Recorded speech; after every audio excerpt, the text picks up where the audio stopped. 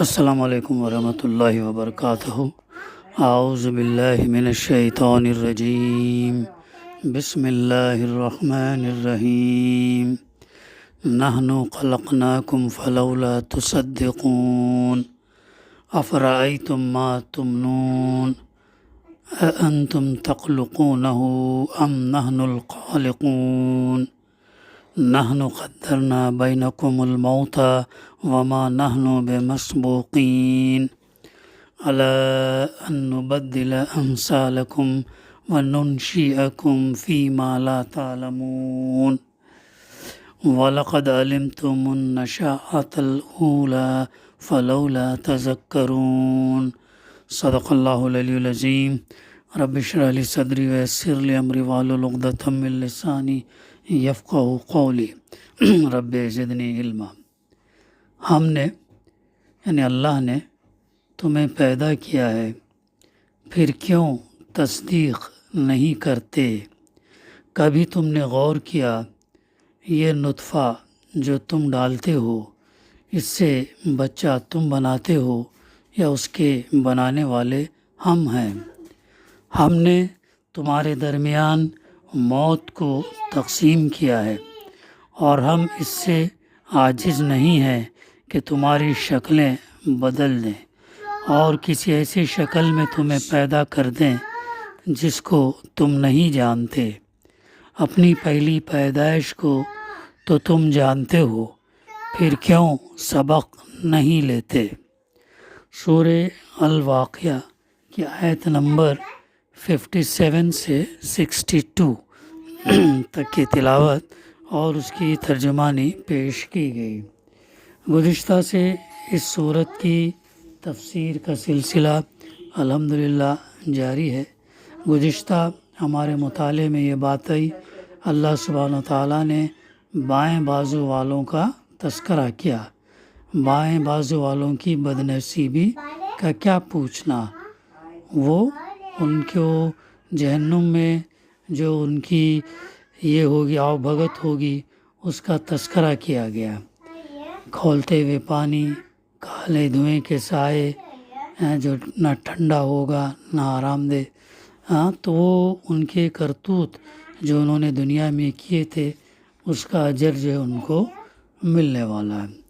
اب اس کے بعد جو ہے تذکرہ کیا جا رہا ہے یہ کہ اللہ تعالیٰ یہاں سے جو آیات انشاءاللہ ہم مطالعہ کریں گے، آیت نمبر 74 تک یہ دلائل پیش کیے گئے ہیں بیک وقت آخرت کے اور توحید کے دونوں پر استدلال کیا گیا۔ چونکہ مکے کے لوگ اللہ کے رسول صلی اللہ علیہ وسلم کی تعلیم کے ان دونوں بنیادی اجزاء پر معترض تھے، اس لیے یہاں دلائل اس انداز سے دیے گئے ہیں کہ آخرت کا ثبوت بھی ان سے ملتا ہے اور توحید کی صداقت بھی ملتی ہے۔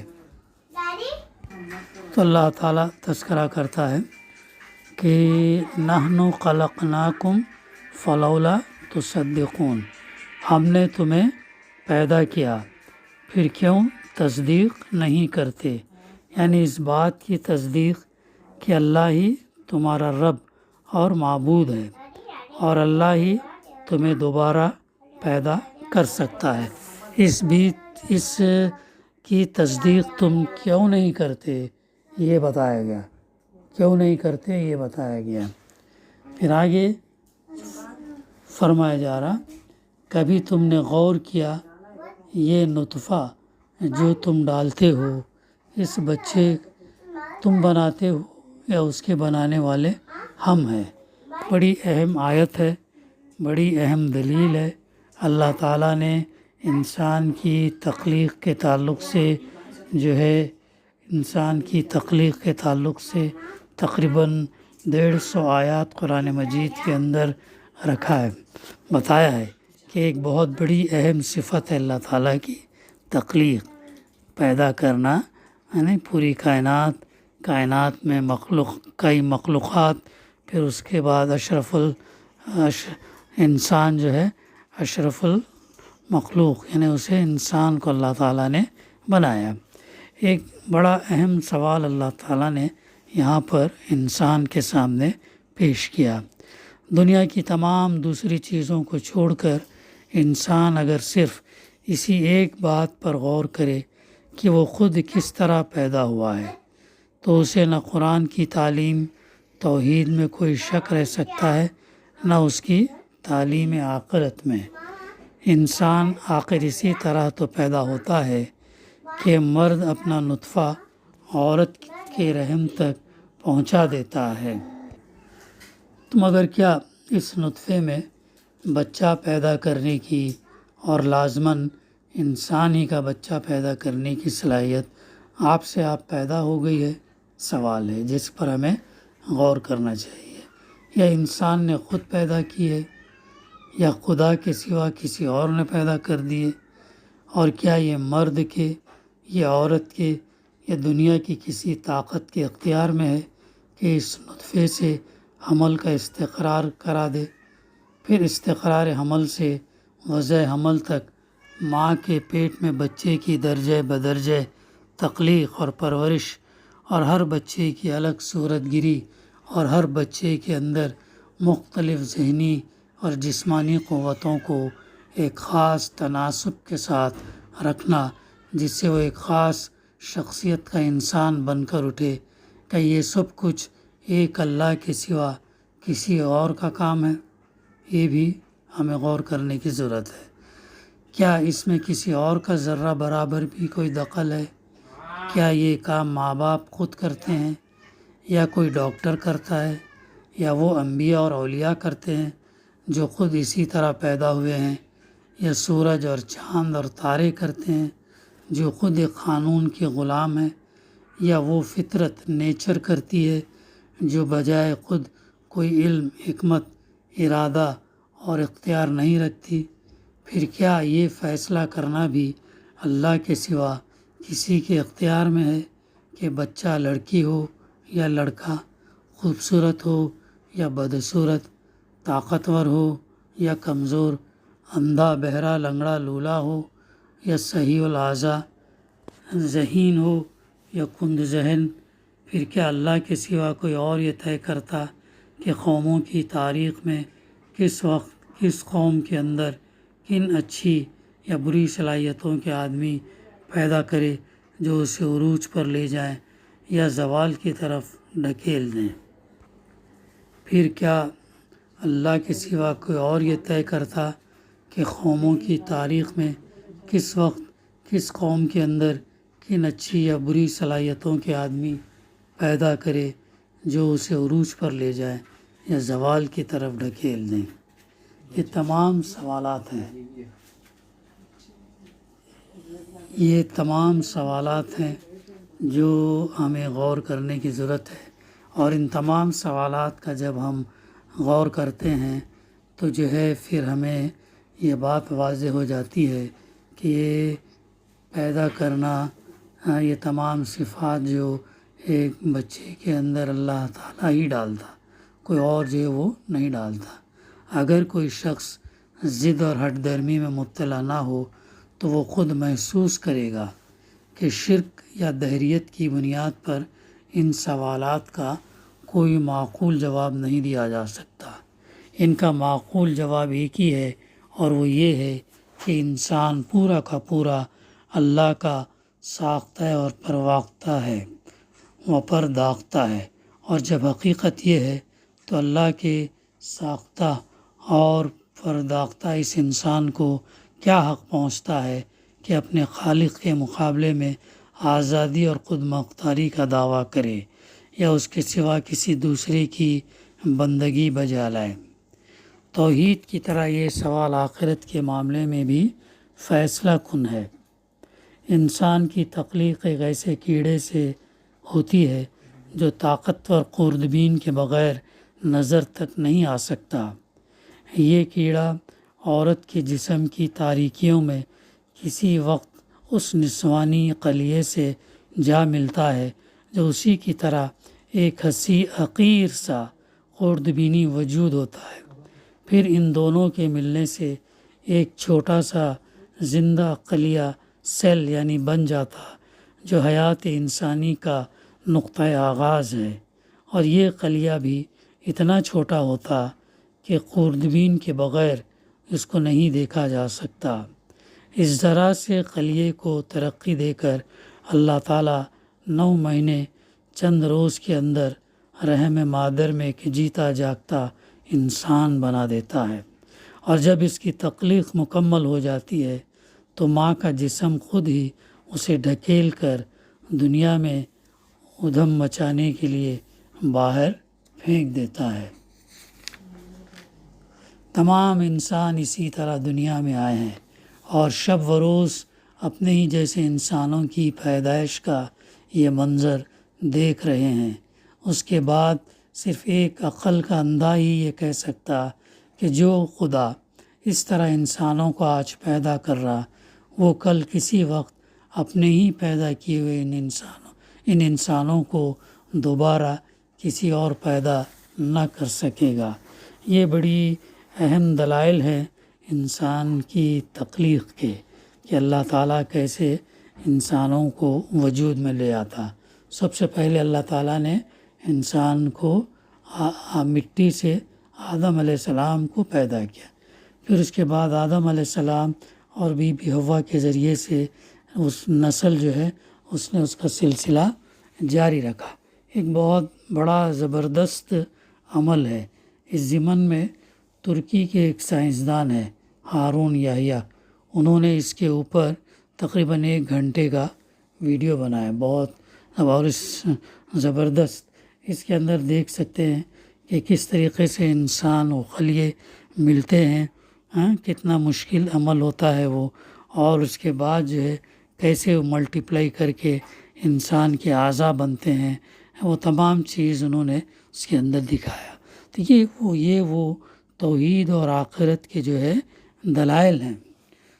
آگے اللہ تعالیٰ فرماتا نحنو قدرنا بینکم الموت وما نحنو بمسبوقین، ہم نے تمہارے درمیان موت کو تقسیم کیا، یعنی اس کی تفسیر میں ہے تمہاری پیدائش کی طرح تمہاری موت بھی ہمارے اختیار میں، یعنی اللہ کے اختیار میں ہے۔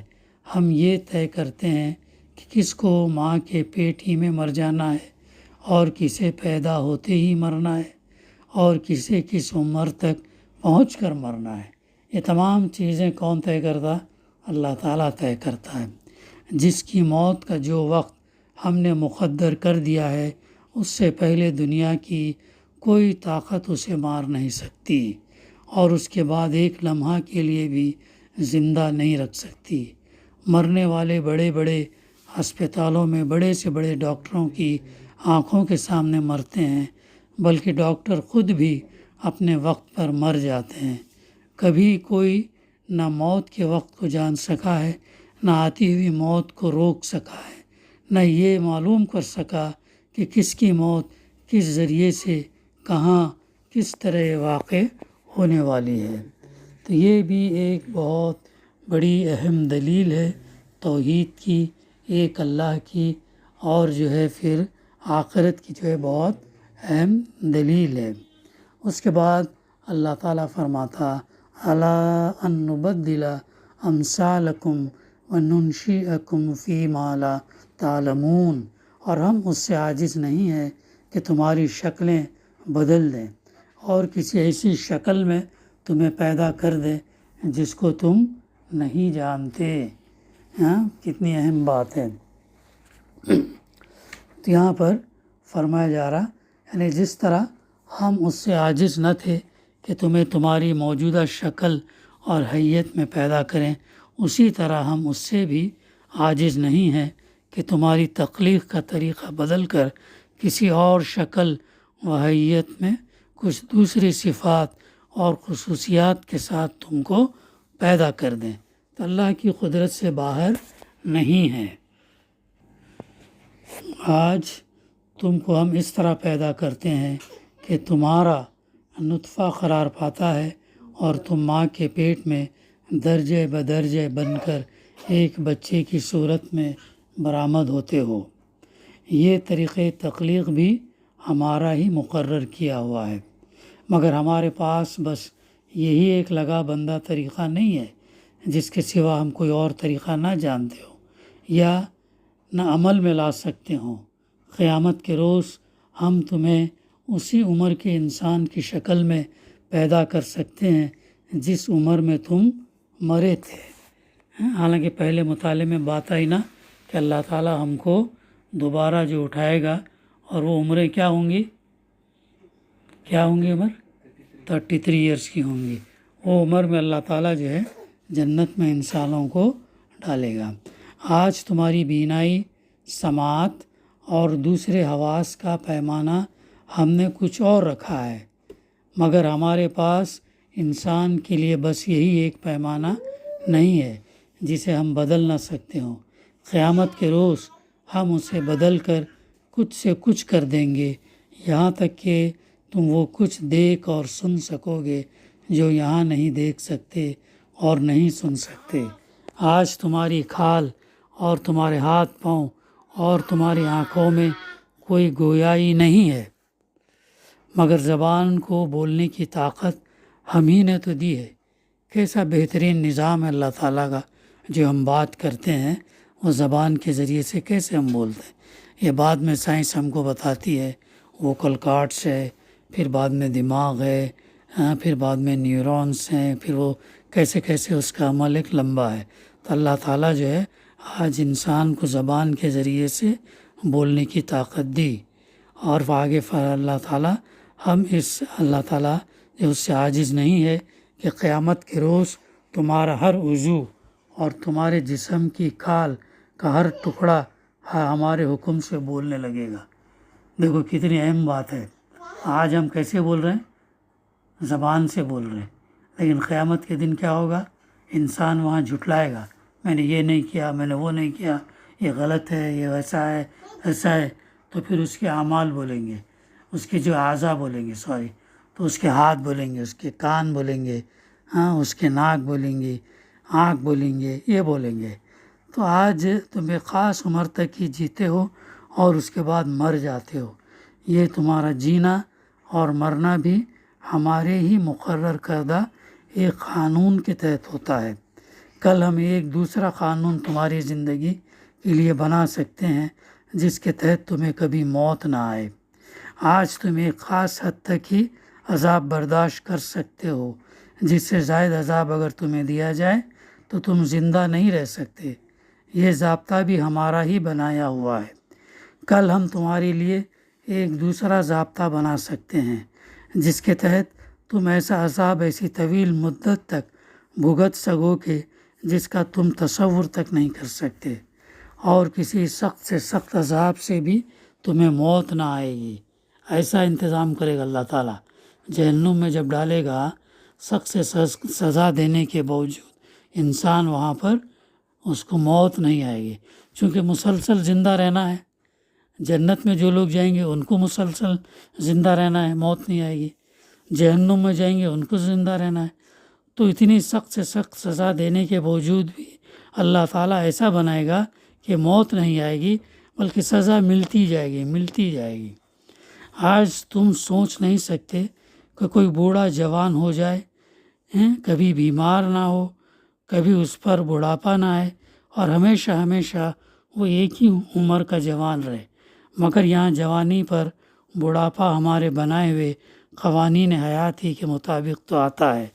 کل ہم تمہاری زندگی کے لیے کچھ دوسرے قوانین بنا سکتے ہیں جن کے مطابق جنت میں جاتے ہی ہر بوڑھا جوان ہو جائے اور اس کی جوانی تندرستی لازوال ہو۔ یہ ہے اس آیت میں جو ہے تفسیر کہ اللہ تعالیٰ جو اس سے عاجز نہیں ہے کہ تمہاری شکلیں بدل دیں اور کسی ایسی شکل میں تمہیں پیدا کر دیں جس کو تم نہیں جانتے۔ وَلَقَدْ عَلِمْتُمُ النَّشْأَةَ الْأُولَىٰ فَلَوْلَا تَذَكَّرُونَ۔ اپنی پہلی پیدائش کو تم جانتے ہو، پھر کیوں سبق نہیں لیتے؟ پہلی پیدائش کو تم جانتے، پھر اس سے نصیحت کیوں نہیں لیتے، سبق کیوں نہیں لیتے؟ پھر تذکرون، نصیحت کیوں نہیں لیتے؟ یعنی تم یہ تو جانتے ہی ہو کہ پہلے تم کیسے پیدا کیے گئے تھے، کس طرح باپ کی سلب سے وہ نطفہ منتقل ہوا جس سے تم وجود میں آئے، کس طرح رحم مادر میں جو خبر سے کچھ کم تاریک نہ تھا تمہیں پرورش کر کے زندہ انسان بنایا گیا، کس طرح ایک ذرہ، ایک خلیہ بے مقدار کو نشو و نما دے کر یہ دل، دماغ، آنکھ، کان، ہاتھ، پاؤں اس میں پیدا کیے گئے، اور عقل، شعور، علم، حکمت، صنعت اور ایجاد اور تدبیر و تسخیر کی حیرت انگیز صلاحیتیں اس کو عطا کی گئیں۔ کس نے کیا؟ اللہ نے کیا ہے تمام چیز۔ اس لیے ہمارا جو توکل، بھروسہ، ایمان اللہ پر مضبوط ہونا، اور اسی لیے وہ مستحق ہے کہ ہم اس کی بندگی کریں، عبادت کریں، غلامی کریں۔ کیا یہ معجزہ مردوں کو دوبارہ جلا اٹھنے سے کچھ کم عجیب ہے؟ اس عجیب معجزے کو جب تم آنکھوں سے دیکھ رہے ہو اور خود اس کی زندہ شہادت کے طور پر دنیا میں موجود ہو، تو کیوں اس سے یہ سبق نہیں لیتے کہ جس اللہ کی قدرت سے یہ معجزہ شب و روز رونما ہو رہا ہے، اسی کی قدرت سے زندگی بعد موت اور حشر و نشر اور جنت دوزخ کا معجزہ بھی رونما ہو سکتا ہے۔ اللہ تعالیٰ جو ہے یہ اس کے ذریعے سوال کر رہا ہے، پہلی پیدائش کو تو تم جانتے ہو، پھر کیوں سبق نہیں لیتے؟ تو یہ جو نشانیاں اللہ تعالیٰ بار بار جو تذکرہ کرتا ہے، ان نشانیوں سے ہمیں سبق لینا چاہیے، نصیحت لینا چاہیے، عبرت لینا چاہیے، اور اپنی زندگی کو صحیح راست پر ڈالنا چاہیے۔ اور یہ ڈیلی جس طریقے سے ہم کو ناشتہ، دوپہر اور رات کا کھانا ضروری ہے، ویسے قرآن مجید کا ڈوز بھی روزانہ لینا ضروری ہے، تاکہ ہماری روح جو ہے بھٹکے نہیں، راہ راست پر رہے، قوت ملے، طاقت ملے، سیدھے راستے کی جو دعا کرتے اس راستے پر چلنے کی اللہ ہمیں توفیق دے، اور ہم اپنے آپ کو اس راستے پر ڈالیں گے تو اللہ کی مدد آئے گی، اور نہیں ڈالیں گے، خالی دعا کریں گے تو کچھ یہ نہیں ہوگا۔ تو دعا ہے کہ اللہ تعالی ہمیں کہنے سننے سے زیادہ عمل کرنے کی توفیق عطا کرے۔ ربنا تقبل منا انک انت السمیع العلیم وتب علینا انک انت التواب الرحیم۔